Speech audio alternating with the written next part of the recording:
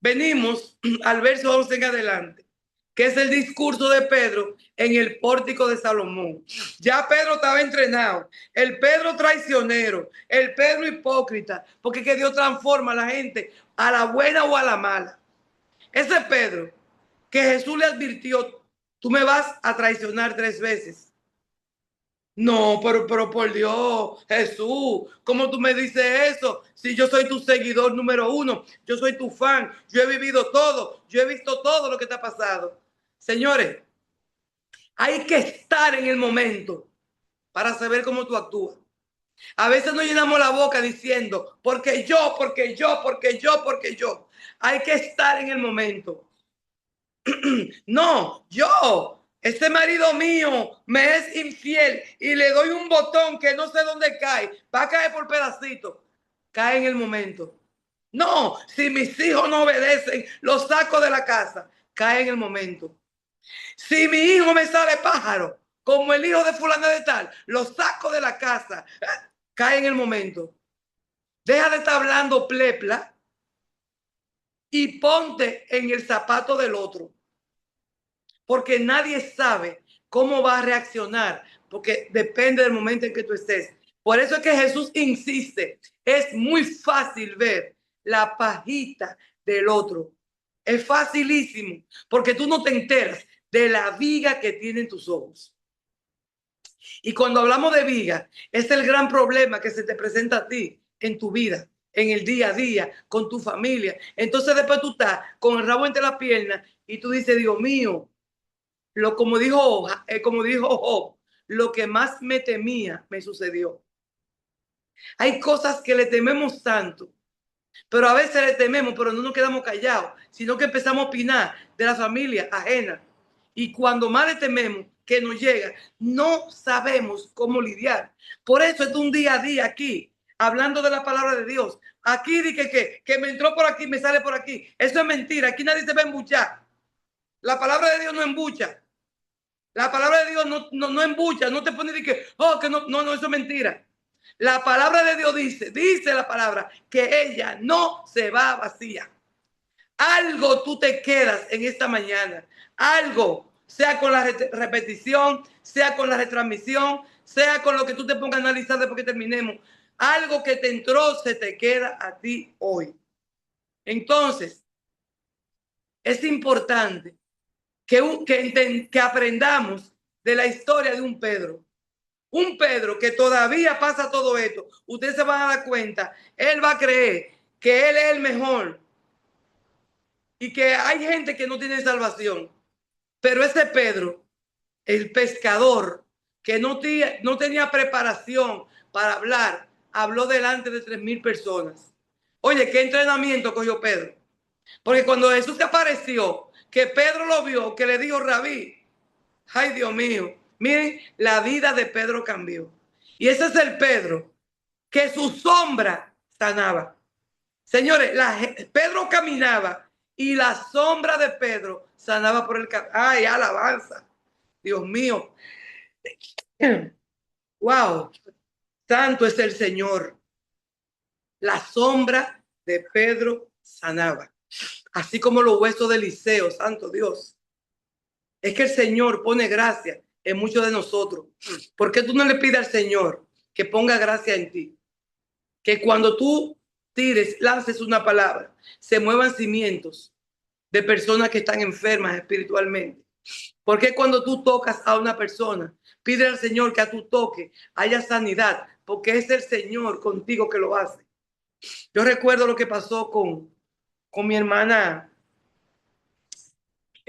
Clarisa en el tiempo que tuvimos allá en el retiro.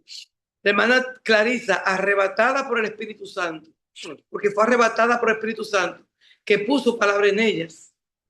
Ella sin darse cuenta, el Espíritu Santo a través de ella confrontó a una persona endemoniada. Y cuando Clarisa abrió la boca, profetizando, esa persona endemoniada no resistió y tuvieron que salir los demonios. Hay mucha gente que fueron testigos de ese momento, pero no saben lo que pasó ahí. Porque yo sí lo sé, Clarisa. Yo no sé si el Señor a ti te lo dijo. Yo sí lo sé. Yo sí sé lo que el Señor hizo y el Señor te utilizó a ti.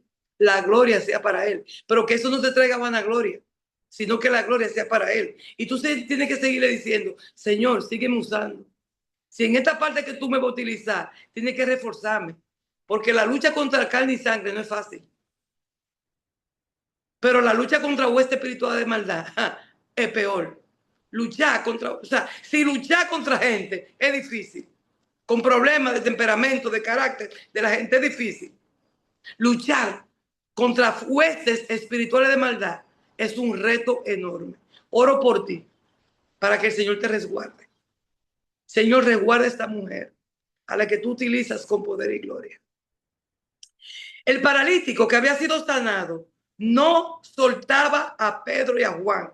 Esto es hermoso. Esto tenemos nosotros que guardarlo. El paralítico que fue sanado no soltaba a Pedro y a Juan. Y toda la gente admirada, toda la gente, eso es mucha gente, estamos hablando de miles de gente, admirada, corrió a la parte del templo que se llamaba el Pórtico de Salomón, donde ellos estaban. Fíjense lo que generó una sanidad. Lo que generó que ese muchacho que tenía años en una puerta, inválido, haraposo, pidiendo, siendo sanado, con testimonio, y no soltaba a Pedro y a Juan. Él andaba enganchado. Cuando tú no sueltas, tú andas predicando. Porque ¿qué hacía él con Pedro y Juan? Porque Pedro y Juan lo que hacía era predicar. Ahí estaba el paralítico, que ya no era paralítico, hablando del testimonio de lo que Dios hizo con él. Aleluya. Mi alma te alaba. Yo no sé si a ustedes les pasa lo mismo que a mí, pero yo estoy caliente, encendí aquí esta mañana, viendo la gloria de Dios. Porque pasó en ese día, pero dice la palabra de Dios, de boca de Jesús, que cosas más grandes que la que él hizo, nosotros vamos a hacer hoy en día. Pero nosotros tenemos falta de fe. Entonces toda la gente curiosa, admirada, cogieron a donde estaba Pedro. Pedro, al ver esto, les dijo, ¿por qué se asombran ustedes? Que Pedro no iba a dar discurso, entiendan esto. Pedro fue al templo a hacer otra cosa, quise escuchar lo que estaban diciendo. Pero Pedro, al ver esto, ¿sabe qué significa eso? Que nosotros no podemos perder oportunidad cuando se nos permite abrir la boca. Tomen eso ahora en cuenta y subrayenlo en la Biblia con color y en la Biblia electrónica y subrayenlo con un lapicero. Pedro, al ver esto, les dijo, ¿por qué se asombran todos ustedes? ¿Por qué nos miran como si nosotros mismos hubiéramos sanado a este hombre o lo hubiéramos hecho andar por medio de algún poder nuestro o por medio de nuestra piedad? Aquí Pedro está diciendo cosas que nosotros tenemos que decir. Y es, la gloria es de Dios. De nuestra boca tiene que salir, la gloria es de Dios. ¿Cuál es el problema hoy en día con apóstoles, ministros, profetas, gente con dones espirituales? Que cuando imponen la mano, como hablamos la semana pasada, y el hermano dice, no, que cuando la pastora Oceanía, cuando la hermana abrió su boca, cuando la pastora Julia, cuando la pastora Almida, cuando la pastora Albania, y nosotros, miren, creciéndonos, porque es un don que tenemos, es un regalo que tenemos, es una gracia que tenemos. Es que es una gracia que Dios puso en nosotros. Lo que nosotros no recordamos es, lo que yo dije la semana pasada, es que Dios dice, hijo de hombre, profetiza. O sea, cualquiera que se crea profeta, ahora mismo aquí, y que Dios le muestre muchísimas cosas, porque para tú ser profeta, tú tienes que profetizar ya lo que te ha dicho. Tiene que cumplirse. Tú no puedes inventar, porque todo está dicho en la palabra. Fíjense que Pedro dice, Jesús dice, Pablo dice, lo que dijo el profeta, lo que dijo el profeta, lo que dijo, ustedes están profetizando una profecía que ya fue dicha. Hello, no podemos salir. Que Cristo viene en el 2028. ¿De dónde saco esa información? Si dice la palabra de Dios que nadie sabe cuándo Él viene.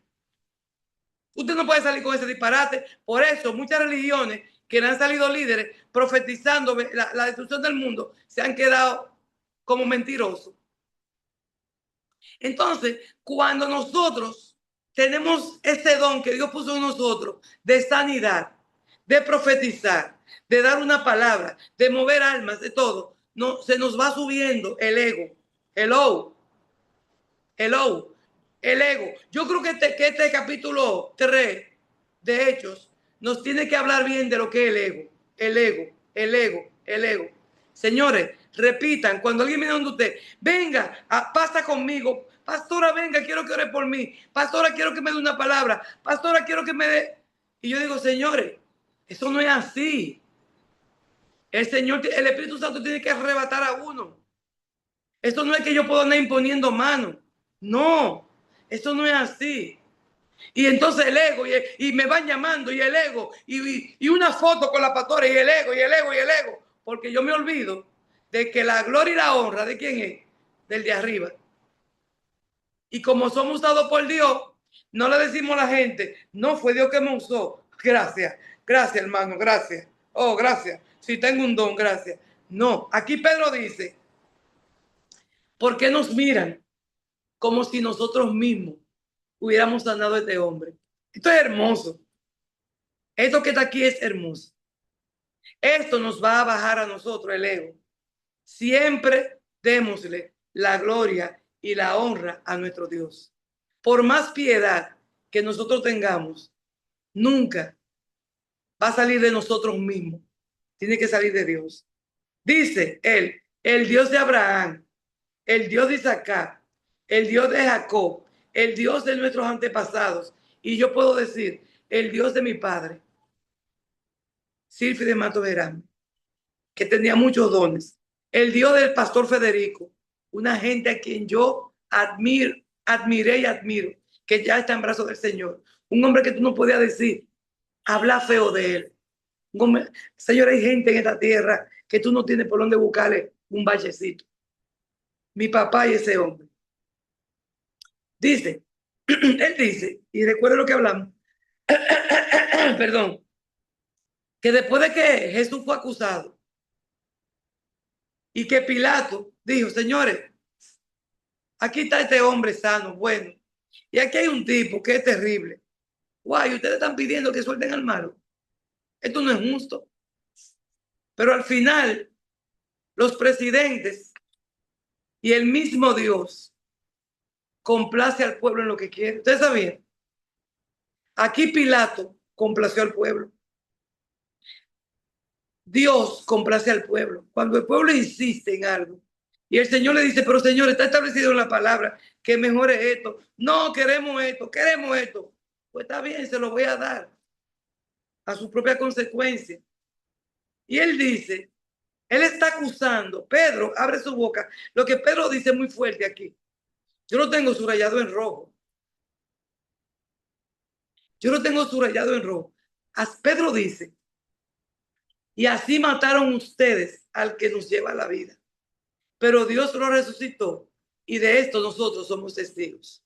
O sea, como nosotros estamos tomando la Santa Cena, la mesa del Señor en la iglesia, nosotros decimos, ¿cuánta gente no crucifica al Señor de nuevo? Cuando nosotros estamos recordando la muerte de Cristo, que traemos a nuestro pensamiento gente al que nosotros le predicamos y le hablamos de la palabra y le decimos, Señor, pero mira a Cristo que dio su vida por ti. Está bien, Él fue resucitado, pero Él dio su vida por ti. Él se fue a la muerte sin saber cuándo lo iban a resucitar. Aunque decía que al otro día, Él sabía que se iba a deber a lo que Dios quisiera a su Padre. Y aquí Pedro le dijo, ustedes a esa gente lo mataron, a Jesús ustedes lo mataron, y ustedes prefirieron quitar a un homicida. No se admiren de nosotros. El que lo hizo fue Él. Lo que ha hecho cobrar fuerza a este hombre que ustedes ven y conocen es la fe en el nombre de Jesús. Esa fe en Jesús es la que ha hecho sanar completamente, como todos ustedes pueden ver. Volvemos y repetimos. ¿Cuál fe? ¿Cuál fe? ¿La fe del paralítico o la fe del predicador? La fe del predicador. Nosotros, a mí yo he tenido la oportunidad de ir a campañas de sanidad y yo ver gente llevar a su familia parapléjico en silla de ruedas. Miren, eso es, para mí es maravilloso. No ver al que está predicando. Pues yo digo, para usted hacer una campaña de sanidad divina, váyase al hospital directamente y vaya a orar al hospital. Pero bien, lo que yo saco de esas campañas, que yo he sido testigo, porque he tenido que ir a grabar, a firmar para la televisión, ese tipo de eventos multitudinarios. Yo he sido testigo. Y a mí, Oceanía Matos, lo que más me ha impresionado es familias de fe, llevando padre, madre, hijo en los hombros. Yo he visto, miren, ustedes ven cuando la palabra habla de ese techo que se rompió, que hay canciones de eso, y hay predicaciones del techo que rompieron para meter por una canasta a un hombre. Yo no sé, porque la Biblia no me lo dice. Si ese hombre tenía fe, yo lo que sé que los que rompieron el techo tenían fe. Eso sí me consta. Yo no estoy segura de que el enfermo tenía fe. Pero miren, si ese hombre tenía cáncer, si ese hombre tenía leucemia, si ese hombre estaba paralítico, si ese hombre tenía demencia, si ese hombre tenía una enfermedad del corazón, yo lo que sé es que ese hombre era amado, ese hombre era querido y ni siquiera tiene nombre. Pero señores, Jesús estaba en una casa y óigame, ustedes se pueden, yo quiero que ustedes se imaginen a Jesús en una casa. Miren, yo le he contado a ustedes que yo he tenido la dicha, pero nunca he tomado esa oportunidad. Quizás me pasó como la tsunamita y lo he hecho mal. No sé, lo he hecho mal. Dios sabrá. Pero yo he tenido la oportunidad de que en cada gobierno a mí me pidan hacer una cena en mi casa para presidentes. A mí me lo han pedido. Lo he hecho para presidente en mi área odontológica y lo he hecho. He traído gente de mucho prestigio de fuera del país que han venido a mi casa, que a mí me gusta, o sea, yo lo hago, no me gusta recibir personas, pero cuando es político me cuesta trabajo, porque no estoy buscando eso. Y yo recuerdo que me pidieron una cena para Hipólito Mejía. Y Hipólito Mejía es un referente en este país. Esté en el poder o no esté, él siempre va a ser un hombre de influencia. Siempre. Su boca será de influencia. Y yo recuerdo, ven, vamos a hacer una cena. Ven, pon tu casa, ven, vamos a hacer una cena aquí. Y yo, no. Yo recibiría una visita, pero una cena. No quiero compromiso. Y no lo hice. Eso es Hipólito. Imagínense que yo le abra la puerta a Hipólito o le abra la puerta al presidente Abinader, aquí en mi casa, y que vengan los funcionarios o que venga la gente y pague cubiertos a 25,000 pesos, a 100,000 pesos, cada persona que venga. Eso allá afuera de mi casa se va a atestar de gente, se va a llenar de gente. Imagínese Jesús en mi casa.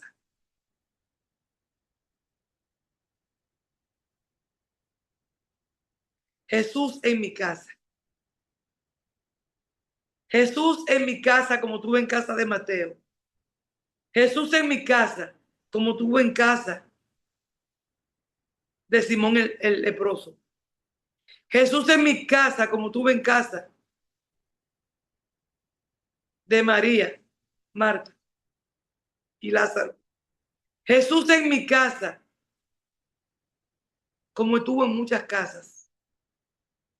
Jesús en mi casa como tuvo con la hija de Jairo. Y Jesús en mi casa, en ese momento donde rompieron el techo, literal, lo rompieron para meter una canasta con un enfermo y la gente afuera. Ahí venimos. La fe de quién es, del enfermo o de los que trajeron al enfermo. Yo estoy segura que la fe de los que bajaron al enfermo por ese techo era 10 veces más grande.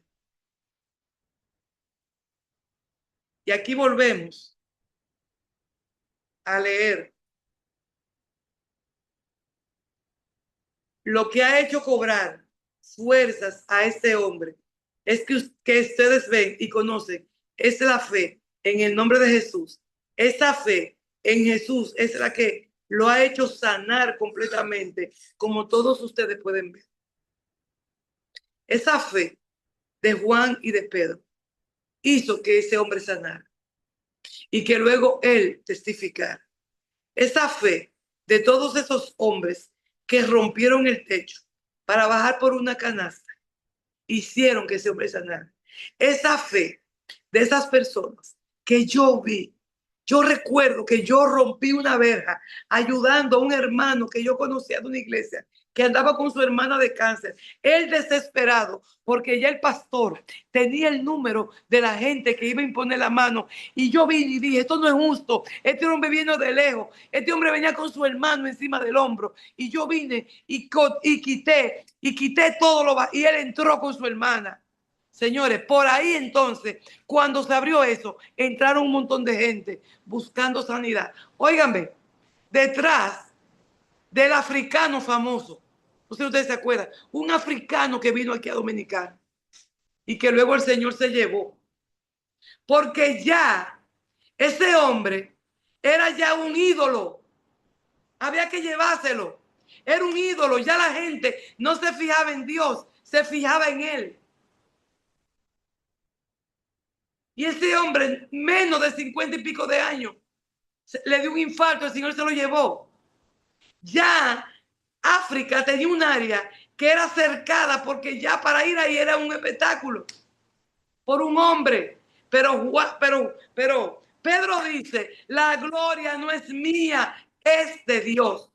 Y yo quiero que nosotros en esta mañana, insisto, en que nos quedemos con esta parte que ya hablamos la semana pasada. El Señor no me permite moverme de este capítulo 3, de los versos 11 en adelante. No me permite moverme porque lo que está dañando el evangelio son los hombres que se creen Dios. Son las mujeres que se creen Dios, porque Dios le ha dado don de sanidad y cuando la gente anda detrás de él, ya son intocables. Y están dañando el evangelio de Dios. Sí, es verdad que cosa más grande vamos a hacer.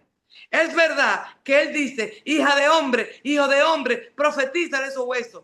Aquí cualquiera puede abrir su boca y profetizar si Dios así lo quiere. Aquí cualquiera puede tocar a alguien y Dios a través de usted sanar. Usted puede defender el evangelio y sacar demonios si Dios quiere, pero la gloria siempre va a ser de Dios. Y por eso en Icumín no pueden haber gente con tanto prestigio, que llega un momento que la gente no se pueda acercar. Dios nos libre. Que se creen tan santos, porque hay que ser santo, porque Él es santo. Pero se creen tan santos en un lenguaje humano que son intocables. Llegan a los cultos y mientras no le toque su tiempo de predicar o de ministrar, nadie lo ve. Y exigen lugares importantes, exigen bebidas importantes, exigen que le lleven Biblias. ¡Ay, pa! Son querubines. Y eso se tiene que acabar, porque la gloria siempre va a ser de Dios. Dice él, yo sé, hermanos, y esto no lo leímos, que cuando ustedes y sus jefes mataron a Jesús, lo hicieron sin saber lo que estaban haciendo. Yo espero que todo lo que nosotros dejamos de hacer para el servicio de Dios, para congregarnos, para reunirnos aquí en la mañana, sea por ignorancia. Hello, sea por ignorancia. Lo hicieron porque no saben en realidad qué estaban haciendo. Pero Dios cumplió de este modo lo que antes había anunciado por medio de sus profetas. Oiga lo que dice Pedro. Dios cumplió lo que de este modo lo antes anunciado por medio de sus profetas, que su Mesías tenía que morir. Hello, Pedro está hablando de profecía. Por eso, vuélvanse ustedes a Dios y conviértanse. Esta palabra de convertirse tienen que tomarla muy en serio. Nosotros bautizamos 3 personas el sábado pasado, antepasado.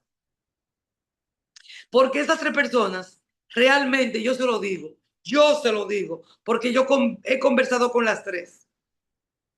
Con la que menos he conversado fue con la que el Señor sacó de un tema demoníaco. Pero su jefa me dijo, Oceanía, Dios hizo el cambio. Pero aquí dice la palabra, vuélvanse ustedes a Dios y conviértanse. Muchas veces estamos arrepentidos, pero no llegamos a convertirnos. Y tienen que tomar esta palabra. Arrepentimiento y conversión deben ir de la mano, pero la conversión no necesariamente va acompañada de arrepentimiento. Hello, ¿me están siguiendo? Arrepentimiento y conversión tienen que ir de la mano. Para usted convertirse tiene que estar arrepentido. Pero usted puede estar arrepentido, pero no necesariamente está convertido. Porque la conversión usted pasa de un estado a otro, de agua a hielo, de hielo a agua. Los mismos elementos bajo una nueva estructura. Por eso hay una canción que dice, entra en mi casa, entra en mi vida, rompe toda mi estructura, ven y sana las heridas. O sea, rómpeme, conviérteme, pásame con la misma forma que yo tengo, los mismos contenidos, pásame a otra persona. Entonces, no basta que te arrepientas, que es el primer paso. Tú no puedes convertirte si no te arrepientes primero. Tú te puedes arrepentir. Y después que tú te arrepientes ese día, wow, estoy arrepentida de haber dicho esto. Vuelve a lo mismo, como el perro a su vómito. Ahí no hay conversión. El que se convierte no vuelve atrás. ¿Ustedes sabían eso? Miren, yo me convertí, yo más nunca he podido volver atrás. Esto, miren, eso me lo está revelando el Señor ahora. Porque yo, hermanos, yo sí he pasado cosas. Yo sí evito cosas. Pero una hija de pastor tiene que ver de todo. Yo evito cosas. Yo he escuchado cosas. Yo he vivido cosas. Y yo nunca he podido desconvertirme. Porque es que yo pasé de muerte a vida. El que yo esté convertido, el que yo esté convertida, no me quita la gana de pecar. Pero siempre Dios me va a mantener con una nueva conciencia hacia Él. Él, por eso, Arturo insiste, y de eso se trata el retiro siguiente. El retiro 2027 se va a tratar de una regeneración. Arturo anda por ahí. Es una regeneración. Es pasar. Él dijo que hay que estar dispuesto a morirse. Arturo estaba, no sé si salió. Hay que estar dispuesto a morirse. ¿Salió Arturo? Él estaba. Hay que estar dispuesto a morir. Él preguntó, ¿tú estás dispuesto a morir? Si tú estás dispuesto a morir, ven para el retiro. El que no esté dispuesto a morir, que no se inscribe en el retiro. Hay que morir al yo para que Cristo viva en nosotros. Concluyo, aunque por ahora Jesucristo debe permanecer en el cielo hasta que Dios ponga en orden todas las cosas, como dijo por medio de sus santos profetas que vivieron en tiempos antiguos. Moisés anunció a nuestros antepasados, el Señor su Dios hará que salga de entre ustedes un profeta como yo. Obedézcanlo en todo lo que les diga, porque todo aquel que no haga caso de ese profeta será eliminado del pueblo. Hello, ese profeta es Jesús. Todo el que no obedece, el que no haga caso de lo que diga Jesús, será eliminado del pueblo. Y todos los profetas, desde Samuel en adelante, hablaron también de estos días. Ustedes son herederos de las promesas que Dios hizo por medio de los profetas y son también herederos de la alianza hecha por Dios con los antepasados de ustedes. Pues Dios le dijo a Abraham, todas las naciones del mundo serán bendecidas por medio de tus descendientes. Señores, nosotros somos bendecidos por la descendencia de Abraham.